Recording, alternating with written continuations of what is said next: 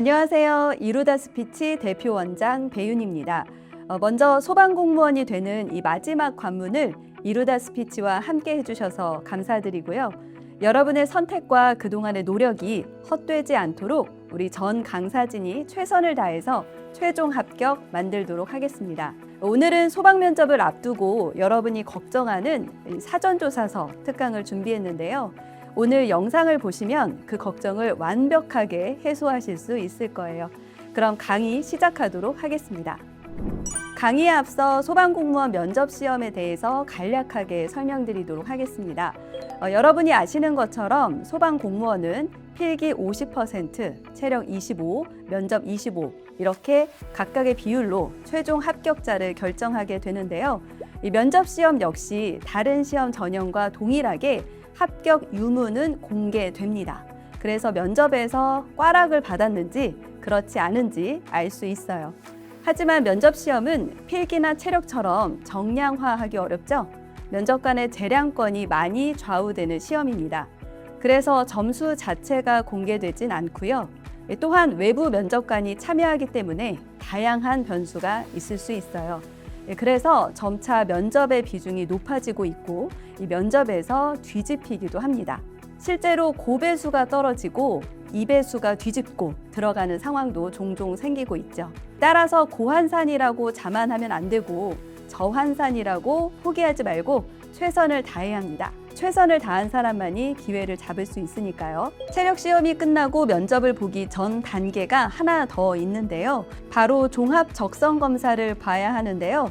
이 종합 적성 검사는 흔히 인적성이라고 얘기하죠. 인성 검사, 적성 검사가 실시됩니다. 장소는 지원한 지역별 사전 공고된 장소에서 보게 되고요. 이때 소방공무원 채용 신체 검사서를 제출해야 합니다. 종합 적성 검사에 응하지 않으면 면접 시험을 볼 수 없게 되니까요. 꼭 기억해야겠죠. 종합 적성 검사 당일 도착하면 사전 교육을 진행하고요. 인성 검사, 적성 검사 순으로 보게 됩니다. 소방공무원 시험은 블라인드 채용이기 때문에 회사 면접처럼 입사 지원서나 자기소개서 등을 제출하지 않습니다. 그래서 사전 정보가 없죠. 여러분이 조직과 업무에 어울리는 사람인지를 판단할 지표가 필요합니다. 그래서 인적성 검사를 하는 거고요. 인성 검사는 여러분이 소방 조직에 잘 어울리는 사람인지를 판단하는 검사인데요. MBTI 검사처럼 우리 오지선다형 문항이 주어지고요. 이 오지선다형 하면 다들 아시겠죠? 네, 해당 문항에 대해 매우 그렇다, 그렇다, 보통이다, 그렇지 않다, 전혀 그렇지 않다 이런 식으로 5개 문항 중 선택을 하게 됩니다. 비슷한 문항이 여러 번 돌면서 여러분의 불안도나 정직함 등 다양한 지표에 대해 여러분의 인성을 검증하게 되고요. 40분에 270문항, 매우 많죠. 적성 검사는 소방 업무를 잘 수행할 수 있는지 그 능력치를 검사하는 건데요. 쉽게 말해 IQ 검사처럼 언어, 수리, 추리, 지각 영역으로 구성되어 있습니다. 다들 어렵다고 하거든요. 그래서 여러분 크게 신경 쓰지 않아도 될 것 같습니다. 그러면 궁금한 점이 생길 것 같아요. 우선 문항수가 많은데 다 못 풀면 어떻게 되는지 궁금하실 것 같은데요. 너무 고민을 많이 하면 이 신뢰도가 떨어진다는 결과가 나올 수 있기 때문에 가급적 시간 안에 다 푸는 것을 추천드립니다. 그래서 인성검사 경우 문항수가 많기 때문에 너무 고민 많이 하기보다는 직관적으로 생각하고 OMR 카드에 답변을 체크해야 하고요. 단 시간 내 문제를 못 풀었다면 관련해서 이 면접 때 질문이 나올 수 있습니다. 예를 들어 본인은 신중한 편인가요? 또는 신중해서 일을 망친 경험을 말해주세요. 또는 기한을 지키지 못한 경험 말해보세요. 이런 식으로 검증을 할 수 있습니다. 따라서 인성검사를 다 풀지 못한 경우에는 꼭 담당 면접 선생님에게 말을 해서 이 질문에 대해 준비를 철저히 할 수 있도록 하시기 바랍니다. 그러면 찍어도 되나요? 네, 이렇게 궁금하실 것 같은데요. 결론적으로 말하면 인성검사는 절대 찍으면 안 됩니다. 왜냐하면 정말 주의해야 할 성인지 감수성과 같은 항목이 있기 때문인데요. 잘못 답변하면 여러분 심층 면접 대상자가 될 수 있습니다. 그리고 비슷한 질문이 돈다 그랬죠. 그렇기 때문에 자칫 찍었다가 상충되는 답변을 할 수도 있습니다. 역시 신뢰도가 문제될 수 있기 때문에 절대 찍지 않도록 합니다. 시간이 없으면 다 못 푼 대로 제출하시기 바라고요. 또 반대로 적성 검사는 찍어도 됩니다. 정답이 있는 문제이기 때문에 시간이 없을 때는 찍어서 여러분의 운에 맡기시는 것도 좋을 것 같습니다. 그러면 종합 적성 검사를 못 보면 불이익이 있는지 궁금하실 텐데요. 이 불이익은 없지만 이 결과에 대한 신뢰도가 떨어지거나 해당 능력이 떨어지거나 또는 해당 인성 영역이 부족하다고 느끼면 면접에서 면접관이 이를 다시 확인하게 됩니다. 따라서 면접에서 여러분들이 이 부분을 잘 어필하면 되겠죠. 그러면 준비는 어떻게 해야 하나요? 궁금하실 텐데요. 저는 준비를 하기보다는 우리 하면 안 되는 것만 알고 가는 게 더 좋다고 생각을 합니다. 사실 시중에 소방 인적성 검사에 딱 맞는 검사는 없습니다. 여타 학원에서 하는 검사도 간이 검사고요. 이 소방과 잘 맞지 않을 수 있습니다. 이 느낌만 경험해 보는 건데요. 정말 그런 경험이 필요하다면 사람인과 같은 채용 사이트에서 하는 검사를 해볼 수 있겠습니다만 큰 도움은 되지 않습니다. 그리고 검사 항목도 매년 변화하고 있거든요. 이 적성 검사의 경우 주사위, 추론하고 도형을 접고 그런 부분은 이 단기간에 배운다고 달라지는 게 아니기 때문에 준비하는 데 시간 낭비하지 마시고 적성 검사는 절반을 맞춘다는 생각으로 하시면 될 것 같습니다.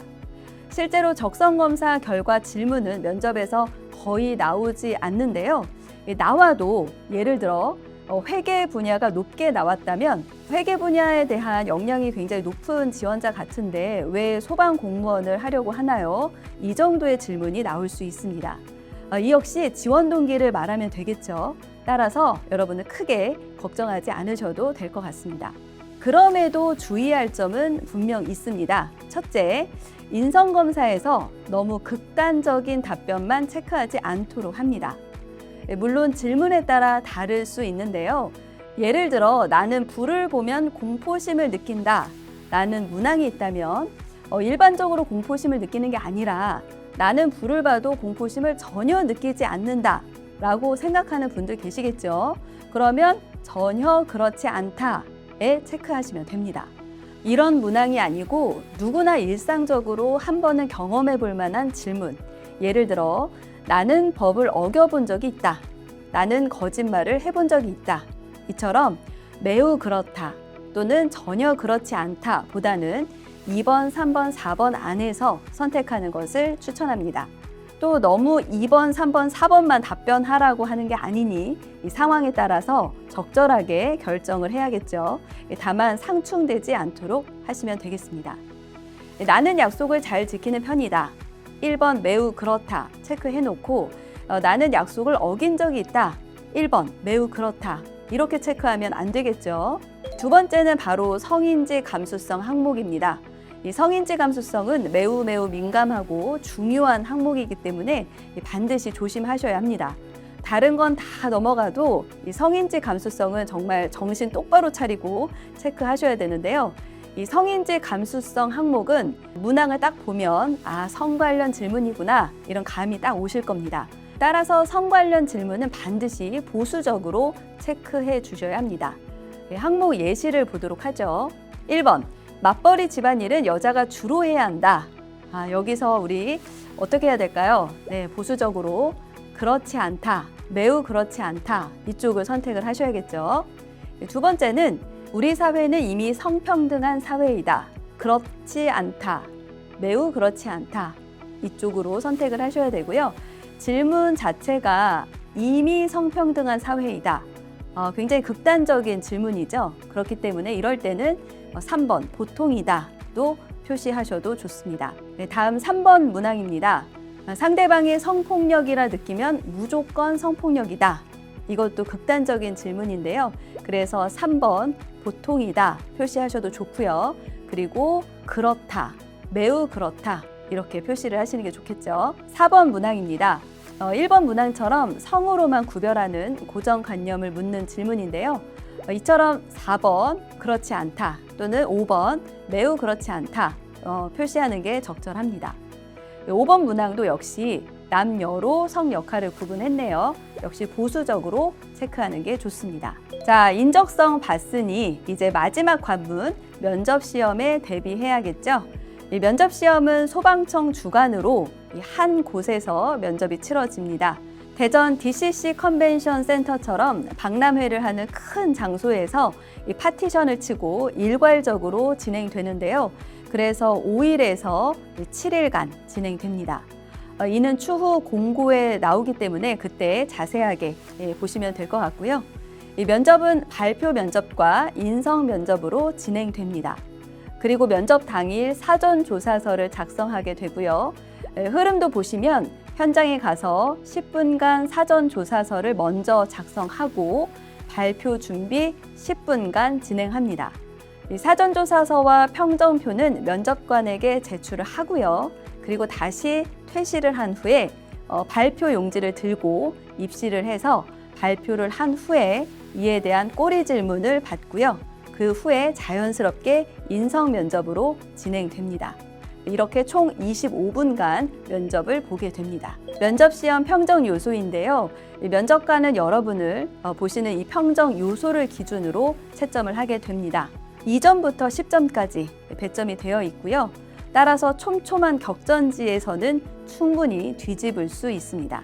네, 실제 면접관들이 채점하는 평정표이거든요. 한번 미리 참고하시면 좋겠습니다. 자, 지금까지 체력 시험 이후에 진행되는 종합 적성 검사와 면접에 대해 설명드렸는데요. 앞에서 설명이 너무 길었습니다. 오늘의 수업의 메인 주제인 이 사전조사서에 대해 지금부터 알아보도록 하겠습니다. 사전조사서는 앞서 말씀드린 대로 면접 당일 작성하게 됩니다. 주어진 문항에 대해 여러분의 경험이나 생각을 작성하는 건데요. 이를 바탕으로 인성면접에서 관련 질문을 하기도 합니다. 사전조사서는 10분간 2문항을 작성해야 하는데요. 시간 어때요? 엄청 촉박하죠? 하지만 걱정할 필요가 없습니다. 너무나 친절하게 이 문제는 사전에 공개가 됩니다. 문항은 아래와 같이 공개되는데요. 물론 달라질 수 있지만 사전 공개되기 때문에 미리 준비해 갈 수 있습니다. 그래도 2문항을 10분간 작성해야 되기 때문에 엄청 팔이 아플 수 있겠죠. 또 사전조사서 답변 용지는 우리 NCR 용지, 흔히 말하는 이 먹지로 되어 있습니다. 뒷장에 글씨가 배기는 용지인데요. 그래서 더 꾹꾹 눌러서 작성해야 합니다.